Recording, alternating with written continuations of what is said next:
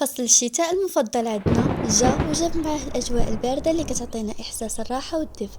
هذه هي الفرصه فاش غادي نبدلو الروتين ديالنا ونهتموا براسنا ونعيشوا لحظات زوينه بزاف بكل حب. اليوم غادي نشارك معكم اسرار اللي كتعاوني نبقى ديما بروداكتيف وفي نفس الوقت جميله من الداخل والخارج.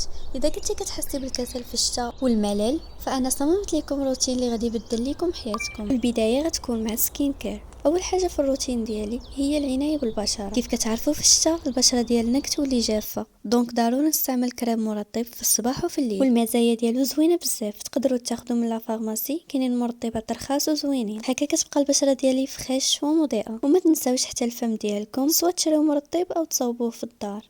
الماء حتى في الجو البارد ما خاصناش ننساو نشربو. انا شريت واحد القرعه كيوت على ذوقي وهادشي حفزني بزاف نشرب كل مره، وحتى النتيجه على البشره كتكون زوينه.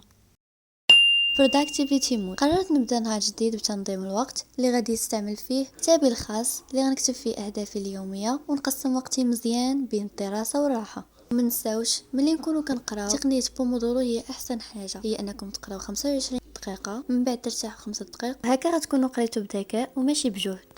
سيلف امبروفمنت. قررت نخصص وقت نهاري باش نقرا كتاب مفيد. كاينين بزاف ديال الكتب سواء تقراوهم في PDF بحال اللي كندير انا دابا اولا تقراوهم في كتاب نيشان، حيت الصراحه هي احسن وسيله باش لقيت غنطور راسي ونزيد نفتح عقلي على افكار جديده. والصراحه هاد الخطوه زوينه بزاف، صعيبه فيها غير البديه.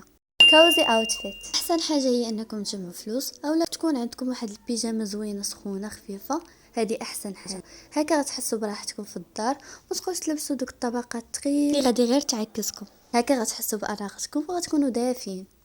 بلا ما نطول عليكم، هنا غنكونوا كملنا رحله يوم دافئ ومليء بالطاقه الايجابيه. في الشتاء كل لحظه صغيره كتولي ذكرى زوينه، وكل خطوه كنقوموا بها باش نتهلاو في راسنا هي جزء من قصه حبنا لذاتنا. خليك دافئه وخليك قويه وخليك ديما كتشعي بالجمال ديالك من الداخل والخارج. نشوفكم في الفيديو الجاي. سلامة. الا كان عندكم شي تعليق ما تنساوش تكتبوه ليا، ما تنساوش لايك. باي باي، بيزو.